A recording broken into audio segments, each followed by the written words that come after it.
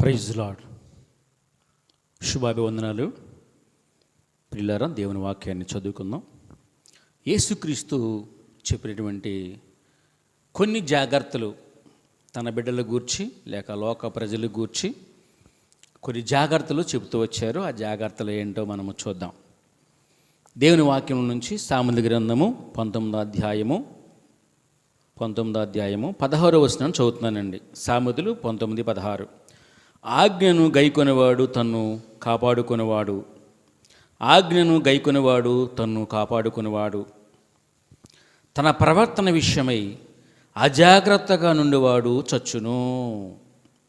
ఎవరైతే దేవుడి మాట గైకొంటారో వారంతా కాపాడబడతారు. ఎవరైతే తన ప్రవర్తనను జాగ్రత్తగా కాపాడుకోరో, ప్రవర్తన విషయమై జాగ్రత్తగా ఉండరో వాళ్ళంట చచ్చునని వాక్యం చెబుతుందండి. మహాజ్ఞాని సాల్మన్ రాజు గారు ఆయన జ్ఞానముతో పరిశుద్ధాత్మతో ప్రేరేపబడి దేవుని యొక్క ప్రేరేపణతో ఈ మాటలు రాస్తున్నాడండి. నీ జీవితంలో నువ్వు జాగ్రత్తగా ఉన్నావో లేవో పరిశీలన చేసుకోవాలి. యేసుక్రీస్తు కొన్ని జాగ్రత్తలు చెప్పారు. అవి 7 జాగ్రత్తలు ఇప్పుడు మీకు చెప్పాలని నేను ఆశపడుతూ ఉన్నాను. ఒక 7 పాయింట్స్. ఈ భూమి మీద నువ్వు క్షేమంగా ఉంటావు నిమిత్తం, నీకు ఆశీర్వాదకరంగా ఉండే నిమిత్తం, నీకు క్షేమం కలిగించడం నిమిత్తం, ఏవి మేలుకరమో తెలుసుకోవటానికి కొన్ని జాగ్రత్తలు అమ్మ నాన్న చెబుతూ ఉంటారు. ప్రయాణం వెళ్తుంటే, అయ్యా జాగ్రత్త, అమ్మ జాగ్రత్త. అలాగే దేవుడు కూడా యేసయ్య మన కోసం కొన్ని మాటలు బైబిల్లో రాయించాడు. చూద్దాం. ప్రవర్తన జాగ్రత్తగా చూసుకోకపోతే చచ్చిపోతారని బైబిల్లో రాయబడింది, చచ్చునని బైబిల్లో రాయబడింది. ఆజ్ఞను గైకొనేవాడు తన్ను కాపాడుకొనును. ఏ ఆజ్ఞ అంటే యేసయ్య వివరించిన ఆజ్ఞలు కాపాడుకోవాలి, ఆ ఆజ్ఞల్ని పాటించాలి, వాటి ప్రకారంగా జీవించాలండి. అప్పుడు నీవు తప్పించబడతావు, కాపాడబడతావు. నెంబర్ 1 పాయింట్లోకి వెళ్దాం. మార్కు సువార్త 4వ అధ్యాయము, మార్కు సువార్త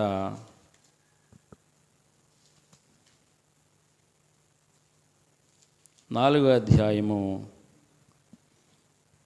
24వ వచనం చదువుతున్నానండి. మరియు ఆయన, మీరేమి వినుచున్నారో జాగ్రత్తగా చూసుకొనిడి. మీరెట్టి కొలతతో కొలుతురో మీరును అట్టి కొలతతోనే కొలవబడుదురు, మరి ఎక్కువగా మీకు ఇయ్యబడును. ఇక్కడ దేవుడు యేసయ్య ఏం చెబుతున్నాడంటే తన బిడ్డలకు, మీరు ఏమి వినుచున్నారో జాగ్రత్తగా చూసుకొనిడి. ఏమి వినుచున్నారో జాగ్రత్తగా చూసుకొనిడి. ప్రియమైన దేవుని బిడ్డలారా, ఈ దినాల్లో చాలామంది మీటింగ్లకి వెళ్తారు. వెళ్ళిన తర్వాత అబ్బాబ్బా ఏమి చెప్పారండి, ప్రసంగం అద్భుతంగా ఉంది, అస్సలు ఎప్పుడు కూడా అంత మంచిగా అద్భుతంగా ఇటువంటి ప్రసంగాలు వినలేదు అని చెప్పేసి గొప్పలు ఇంటికి వచ్చి చెబుతూ ఉంటారు. అలా అనేవారిని ఒక ఆయన ప్రశ్నించారంటండి. ఎంతో గొప్పగా చెప్పారంటున్నారు కదా, చాలా దూరం నుంచి దైవజనులు అక్కడ వచ్చారంటే కదా, ఏమి చెప్పారు అని అడిగారంటండి. అడిగిన వ్యక్తి అంటున్నాడు, నేను ఆలస్యంగా వెళ్ళాను అన్నాడంట. చూసారా? సరే, ప్రారంభంలో నువ్వు లేటుగా వెళ్ళావు, మరి మధ్యలో ఏం చెప్పారు అని చెప్పారంట. నువ్వు వెళ్ళిన తర్వాత ఏం చెప్పారు మధ్యలో అని చెబితే 2వ పాయింట్ అన్నాడంట, మధ్యలో నేను వెళ్ళి నిద్రపోయాను అన్నాడంట. చూసారు అంత విచారకరమో. సరే, వెళ్ళడానికి నువ్వు ఆలస్యంగా వెళ్ళావు, మధ్యలో ఏం చెప్పారంటే నువ్వు నిద్రపోయావు, లాస్ట్లో ఏం చెప్పారు, చివరిలో ఏం చెప్పారు అని మరలా 3వ విషయం అడిగినప్పుడు, నేను లాస్ట్ దాకా చివరి దాకా అయిపోయేదాకా ఉండలేదు, మధ్యలోనే వచ్చాడని చెప్పాడంటండి. చూసారా ఎట్లా ఉందో? ఏమీ అర్థం కాలేదు. ఎందుకు వెళ్ళారో అర్థం కాదు, ఏమి విన్నారో అర్థం కాదు. కానీ ఒకటి మాత్రం చెప్తారు, చాలా బాగా చెప్పారు, భలే చెప్పారు అని. ఉపయోగం లేదండి నువ్వు వెళ్ళినందువల్ల. నువ్వు వెళ్తే నీవు ప్రతిఫలం పొందే బిడ్డగానే ఉండాలి, ఆశీర్వాదకరంగా ఉండాలి, దీవెనకరంగా ఉండాలి, నీకు మేలుకరంగా ఉండాలి.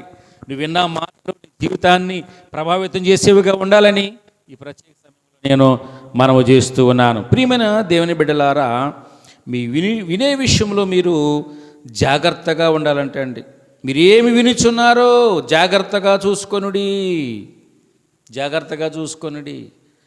ఏంటి జాగ్రత్త అంటే, నెంబర్ 1, వినుట విషయంలో జాగ్రత్తగా ఉండాలి. అసలు ఏం చెబుతున్నారు?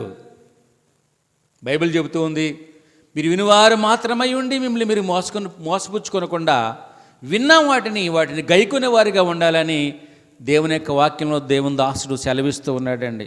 వాటి ప్రకారం జీవించేవారుగా, ప్రవర్తించేవారుగా ఉండాలని దేవుని యొక్క వాక్యం సెలవిస్తుంది. ప్రియులారా, వినుటి విషయంలో జాగ్రత్తగా ఉండాలి. వెళ్ళి నిద్రపోవటం కాదు, వెళ్ళి ఎవరెవరు వచ్చారు, ఎంతమంది వచ్చారో చూడటం కాదు, లేక ఏమి కట్టుకున్నారు, ఏమి ధరించారు, ఇవి కాదు చూడాల్సింది. వినే విషయంలో దేవుడు నీతో ఏం మాట్లాడుతున్నారు, నీకు సంబంధించిన విషయం ఏమైంది, ఏమి సరిచేసుకోవాలి, ఏమి పొందుకోవాలి, ఏమి దాచుకోవాలి, ఏమి పాటించాలి అనే విషయాన్ని నువ్వు మందిరానికి వెళ్ళినప్పుడు దేవుని యొక్క సన్నిధిలో నేర్చుకోవాలని నేను ప్రభు పేరట మనవి చేస్తున్నాను. వినే విషయంలో జాగ్రత్త కలిగి ఉండాలని యేసయ్య సెలవిస్తూ ఉన్నాడు. ఇది నెంబర్ 1 విషయం. రెండో విషయంలో మార్కు సువార్త 13వ అధ్యాయము, మార్కు సువార్త 13వ అధ్యాయము 33 చదువుతున్నానండి. 33 మార్కు సువార్త 13:33. జాగ్రత్త పడుడి, మెలుగుగా నుండి ప్రార్థన చేయుడి. చూసారా, ఆ కాలం ఎప్పుడు వచ్చునో మీకు తెలియదు. ఏ కాలం అంటే రెండవ రాకడండి. నేను చెప్పే విషయం ఏంటి ఇందులో, మీకు ప్రార్థన చేయుటలో జాగ్రత్త, ప్రార్థన చేయుటలో జాగ్రత్త. యేసయ్య రాకడా ఇప్పుడే రావచ్చు, ఈ రాత్రే రావచ్చు, రేపు రావచ్చు, లేక ఎల్లుండి రావచ్చు, ఎప్పుడైనా రావచ్చు. వస్తాం మాత్రం తథ్యం, గ్యారంటీ. వస్తానన్న అన్నవాడు ఆలస్యం చేయకుండా వస్తాడని బైబిల్ చెబుతుందండి. ఆ గడియ మనకు తెలియదు, ఆ దినం మనకు తెలియదు, ఆ రోజు మనకు తెలియదు. కాబట్టి ప్రార్థించే విషయంలో జాగ్రత్తగా ఉండాలి, వినే విషయంలో జాగ్రత్తగా ఉండాలి. చాలా జాగ్రత్త. డబ్బులు దాచుకునే విషయంలో జాగ్రత్త కలిగి ఉంటాం, అకౌంట్ చెక్ చేసుకునే విషయంలో జాగ్రత్త కలిగి ఉంటాం, పరీక్షలకు ప్రిపేర్ అయ్యే విషయంలో జాగ్రత్త కలిగి ఉంటాం, ప్రయాణం చేసే విషయంలో జాగ్రత్త కలిగి ఉంటాం, ఎవరైనా శత్రువులు ఉన్నట్లయితే వారి విషయంలో జాగ్రత్తగా ఉంటాం, ఏదైనా ప్రాజెక్టు చేపట్టేటప్పుడు జాగ్రత్తగా ఉంటాం, అమ్మే విషయంలో, కొనే విషయంలో జాగ్రత్తగా ఉంటాం, ఇచ్చిపుచ్చుకునే విషయంలో జాగ్రత్తగా ఉంటాం. ఈ భూలోకంలో చెప్పాలంటే ఏవి కొనాలన్నా అమ్మాలన్నా చాలా జాగ్రత్తగా ఉంటాం. ప్రక్క ఉంటాలను మరి కొంతమందిని మనం పెట్టుకుని తోడుగా. మరి ప్రార్థించే విషయంలో కూడా నువ్వు చాలా జాగ్రత్త కలిగి ఉండాలి. ఎలాంటి ప్రార్థన చేస్తూ ఉన్నావు? మెలుగుగలిగి ప్రార్థన చేస్తూ ఉన్నామా? నీ ప్రార్థన దేవునికి చేరే విధంగా ఉందా, లేక ప్రార్థన చేస్తున్న భ్రమలో జీవిస్తూ ఉన్నామా అనే విషయాన్ని మనము పరిశీలన చేసుకోవాలని మనం చేస్తూ ఉన్నానండి. ప్రార్థన చేయట విషయంలో జాగ్రత్త కలిగి ఉండాలి, ప్రార్థన చేసే విషయంలో జాగ్రత్త కలిగి ఉండాలి. అలాగనని మార్కు సువార్త 13వ అధ్యాయము 37 చదువుకుందాం. నేను మీతో చెప్పుచున్నది అందరితోనూ చెప్పుచున్నాను, మెలకువగా నుండుడెనను. నేను మీతో చెప్పుచున్నది అందరితోనూ చెప్పుచున్నాను, మెలకువగా నుండుడెనను. మెలకువగా ఉండాలంటే అండి ఏ విషయంలో అంటే పగలో రాత్రి కూడా అస్సలు నిద్రపోకుండా ఉండాలని అర్థం కాదు. ఇది ఆత్మీయ జీవితంలో మెలుగు కలిగి ఉండాలి, భక్తి విషయంలో మెలుగు కలిగి ఉండాలి, నీతి న్యాయాల విషయంలో మెలుగు కలిగి ఉండాలి, దేవుని సన్నిధికి వెళ్ళే విషయంలో మెలుగు కలిగి ఉండాలి, దేవుని సేవకులు వాక్యం వివరిస్తున్నప్పుడు వినే విషయంలో మెలుగు కలిగి ఉండాలి, గ్రహించేటట్టుగాను ఉండాలి. నీ ఆత్మీయ జీవితము పురుకొలుపు పొందుకుంటూ దేవుని రాకడకు ఎదురు చూసే బిడ్డగా నువ్వు ఉండాలని దేవుని యొక్క వాక్యము చలవిస్తూ ఉందండి. మెలకువ మెలకువ మెలకువ. బైబిల్ చెబుతుంది, నువ్వు జీవించున్న పేరు మాత్రమే ఉంది కానీ నువ్వు మృతుడివే అంటే చాలామంది బ్రతికి ఉన్నా కానీ వారు చనిపోయిన వారితో సమానంగా యేసయ్య మాట్లాడుతున్నాడు. కారణం ఏంటంటే పేరుకు మాత్రమే జీవిస్తున్నారు, ఆత్మీయ స్థితిలో చనిపోతూ ఉన్నారు. వాళ్ళ క్రియలు చెడిపోయినాయి, వారి విశ్వాసం చల్లారిపోయింది, వారి భక్తి చల్లారిపోయింది, నీతి న్యాయాలు కోల్పోయి జీవిస్తున్నారు. ఈ దినాలలో అనేక మంది పేరుకు మాత్రమే క్రైస్తవులుగా ఉంటే చాలదు, భయభక్తులు కలిగి జీవించాలి, మెలుగు కలిగి ఉండాలి. అంటే దేవుని యొక్క రాకడకు సిద్ధపడి నువ్వు జీవించాలా. ఏ దినం ఏమి సంభవించను ఎవరికి తెలియదని దేవుని యొక్క వాక్యము చదివిస్తూ ఉందండి. ప్రార్థించేటలో మెలుగు కలిగి ఉండాలి.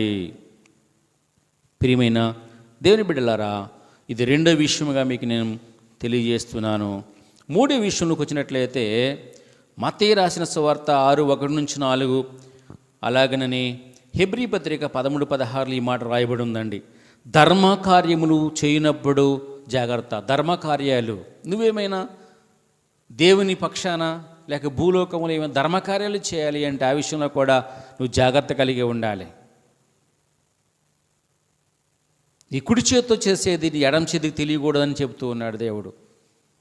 ప్రతి చిన్నదానికి కూడా ఫోటోలు తీసుకుని మనం పబ్లిసిటీ చేసుకోవటం కాదు, న్యూస్కి ఇవ్వటం కాదు.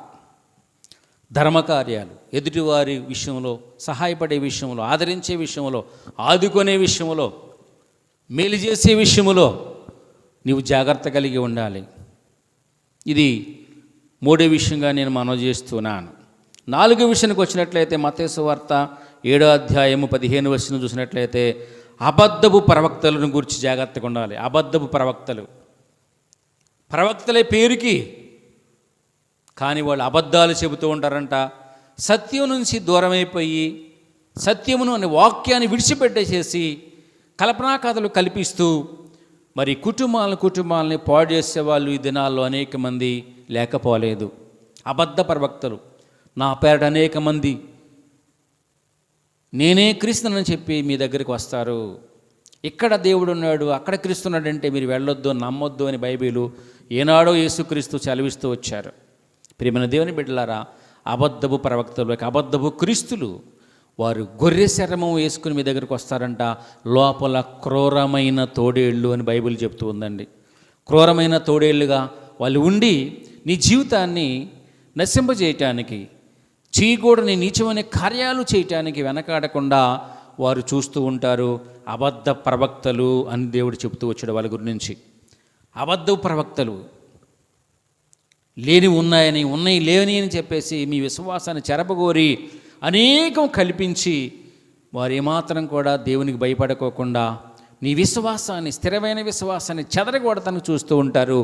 అలాంటి వాళ్ళు వస్తే వాళ్ళని ఇంట్లో చేర్చుకోవద్దు, వారితో జాగ్రత్తగా ఉండమని యేసుప్రభు వారు మరి చలవిస్తూ ఉన్నాడండి. అబద్ధపు ప్రవక్తలను గూర్చి జాగ్రత్తగా ఉండాలి.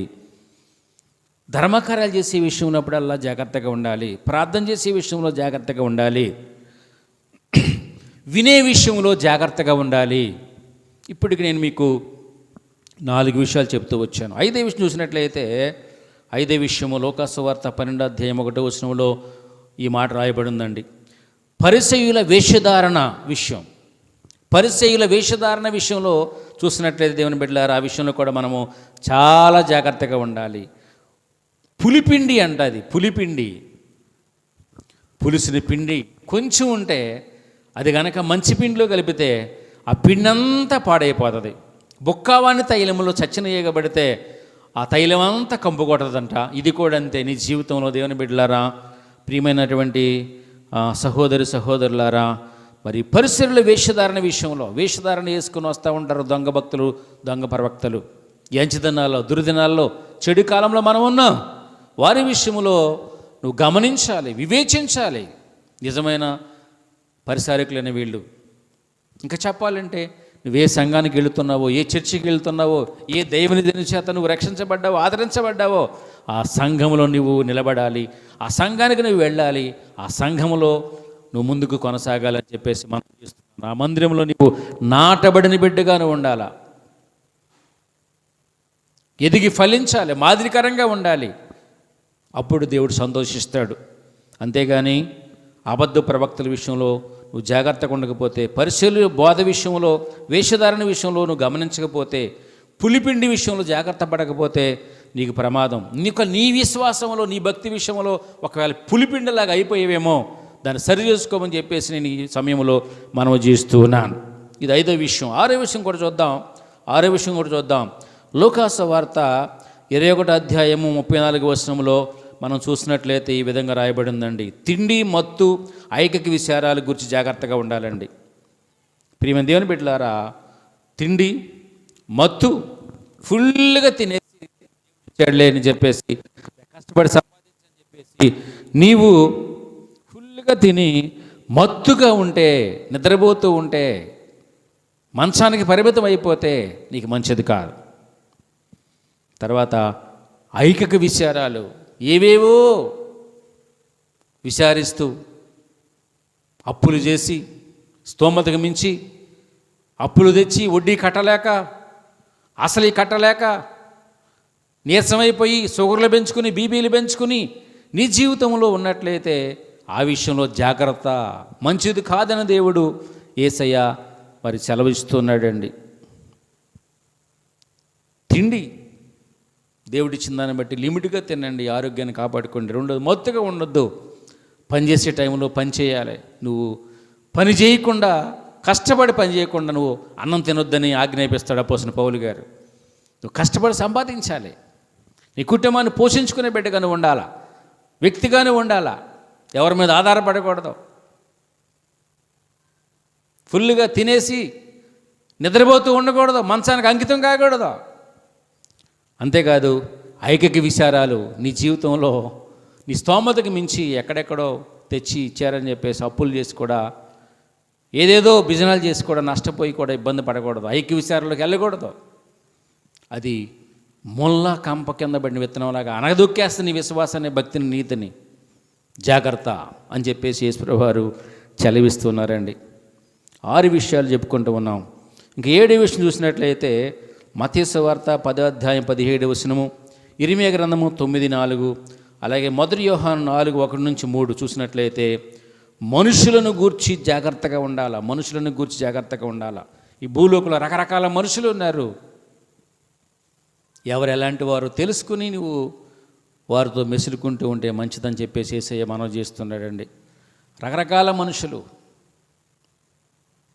అందరూ మనలు అనుకోవద్దు. వివేచించి ప్రార్థించి మనుషులను గూర్చి కూడా నువ్వు జాగ్రత్తగా ఉండాలా. తిండి మొత్తం ఐక్య విచారంలో గురై నువ్వు దెబ్బతినకూడదు, జాగ్రత్తగా ఉండాలా. పరిసరుల వేషధారణ, పులిసిన పిండి విషయంలో జాగ్రత్తగా ఉండాలా. అబద్ధ ప్రవక్తల గురించి జాగ్రత్తగా ఉండాలా. ధర్మకార్యాలు చేసే విషయంలో నువ్వు చేయాల్సి వస్తే జాగ్రత్తగా ఉండాలా. ప్రార్థన విషయంలో జాగ్రత్తగా ఉండాలా. వినే విషయంలో కూడా జాగ్రత్తగా ఉండాలా. నువ్వేం వింటున్నావో తెలుసుకోవాలా. 7 విషయాలు దేవుడు యేసయ్య మనతో మాట్లాడుతూ వచ్చారండి. నీ జీవితంలో మనుషులు నమ్ముకుంటే కంటే యెహోవాను ఆశ్రయించడం మేలని వాక్యం చదివిస్తున్నది. రాజును నమ్ముకుంటే కంటే యెహోవాను ఆశ్రయించడం మేలని బైబిల్ చెబుతూ ఉంది. కాబట్టి దేవాది దేవుడు, సృష్టికర్త యేసు స్వామి, నిన్ను నన్ను మనల్ని పుట్టించిన దేవుడు, కాపాడిన దేవుడు, బ్రతికించిన దేవుడు, నేటికి సజీవ లెక్కలు ఉంచిన యేసయ్యని, ఆయన్నే నమ్ముకుని ఆయన చెప్పిన 7 జాగ్రత్తలు మనం పాటిస్తూ ఉన్నట్లయితే నీకు మేలు, నీ కుటుంబానికి మేలు, నీకు ఆశీర్వాదము. దేవుడి మాటలు దీవించి ఆశీర్వదించును గాక. ఆమేన్. దయగల మా తండ్రి, వివరించిన వర్తమానాన్ని దీవించండి ప్రభువా. ఈ భూలోకంలో మేము ఎలా జాగ్రత్తగా ఉండాలో మాకు 7 విషయాలు చెబుతూ వచ్చారు. అందుకు ఒక స్తోత్రాలు చెల్లిస్తున్నాను. బలపరచండి, విస్తరింప చేయండి, కృపతోడుగా ఉంచండి. యేసు నామమున ప్రార్థించి వేడుకుంటున్నాం తండ్రి. ఆమేన్. మీ అందరికీ శుభవందనాలు. దయచేసి ఈ వీడియోను వీక్షించండి, లైక్ చేయండి, సబ్స్క్రైబ్ చేయకపోతే సబ్స్క్రైబ్ చేయండి. Thank you all.